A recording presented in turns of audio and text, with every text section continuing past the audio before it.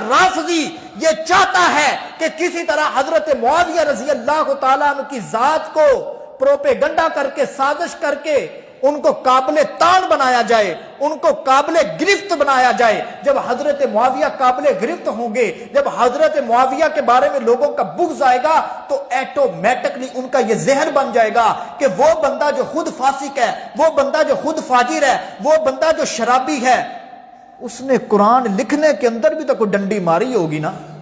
یعنی آسان لفظوں میں کہہ لو، حضرت معاویہ رضی اللہ تعالیٰ عنہ کو بہانہ ہے، قرآن نشانہ ہے۔ کیونکہ قرآن کس نے لکھ کر آج امت تک پہنچایا ہے؟ سب بولو نا، کس نے لکھ کر پہنچایا ہے؟ حضرت امیر معاویہ رضی اللہ تعالیٰ عنہ نے۔ اگر حضرت امیر معاویہ رضی اللہ تعالیٰ عنہ ہی ایک ناقابل اعتماد شخصیت بن کر ہماری نظروں میں آتے گئے تو ایٹومیٹکلی قرآن بھی ہماری نظروں میں ناقابل اعتماد ہو جائے گا، ناقابل یقین ہو جائے گا۔ اگر قرآن پر یقین رکھنا ہے، اگر قرآن پر ایمان رکھنا ہے تو اسی طرح حضرت معاویہ کی ذات پر بھی ایمان اور یقین رکھنا پڑے گا۔ آپ اہل علم طبقہ بیٹھے، ہم بخاری شریف کو کیوں ترجیح دیتے ہیں؟ سنیے ذرا بخاری شریف لکھنے والے امام بخاری رحمہ اللہ نے کس قدر زیادہ ہمت، جرت اور بہادری اور قربانی دے کر بخاری کو لکھا، اور اس لیے وہ اصح الکتب بعد کتاب اللہ کا مرتبہ حاصل کرتی ہے کہ قرآن کے بعد اللہ نے اس کو سب سے زیادہ شان عطا فرمائی ہے۔ امام بخاری رحمۃ اللہ علیہ بخاری کے مقدمے میں لکھتے گئے کہ میں نے جب بھی حدیث لکھی ہے بخاری شریف کی، 6000 سے اوپر حدیثیں ہیں اس میں۔ کتنی؟ 6000 سے اوپر۔ فرمایا میں نے جب بھی کوئی حدیث لکھی ہے، میں نے حدیث لکھنے سے پہلے غسل کیا ہے، غسل کرنے کے بعد میں نے 2 رکعت نفل پڑھے ہیں، اس کے بعد پیارے پیغمبر صلی اللہ علیہ وسلم کے فرمان کو لکھا۔ اس لیے جا کر بخاری کو اتنا درجہ ملا۔ اور خود سوچو یار، بخاری کا درجہ اتنا بلند ہو گیا کہ اس کے لکھنے والا اس اہتمام کے ساتھ لکھتا گیا، اور جس نے قرآن لکھا ہوگا اس کا عالم کیا ہوگا، اس کا مرتبہ کیا ہوگا، اس کا مقام کیا ہوگا۔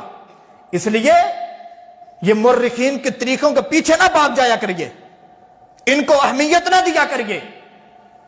ایک طرف میرے محمد کے اقوال ہیں، دوسری طرف مورخین کی تاریخیں ہیں۔ اللہ کی قسم جو طریق سیدنا امیر معاویہ رضی اللہ تعالیٰ عنہ کی عظمت کو منہ چڑھاتی ہے وہ ردی کی ٹوکری میں پھینکیں گے، اور ان کے بارے میں جو رب کا قرآن کہتا ہے اس کو ہم سینے سے لگائیں گے۔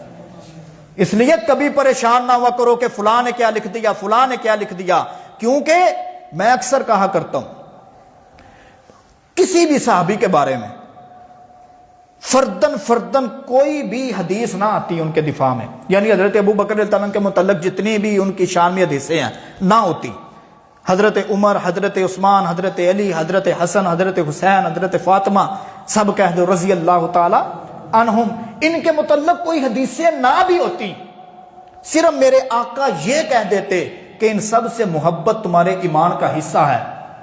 ہم نے ان سے محبت کرنی تھی کہ نہیں کرنی تھی؟ سارے صحابہ سے محبت تمہارے ایمان کا حصہ ہے، کرنی تھی کہ نہیں کرنی؟ لیکن اللہ تعالیٰ نے اکیلے کے حق میں میرے نبی کی زبان سے تعریفیں کہلوائی ہیں کہ بعد میں آنے والے کہیں یہ نہ سمجھ لیں کہ ان کا ایمان کمزور تھا، بعد میں آنے والے کہیں یہ نہ سمجھ لیں کہ یہ راگ حق سے فرار اختیار کر گئے تھے۔ تو اس لیے آج دشمنان معاویہ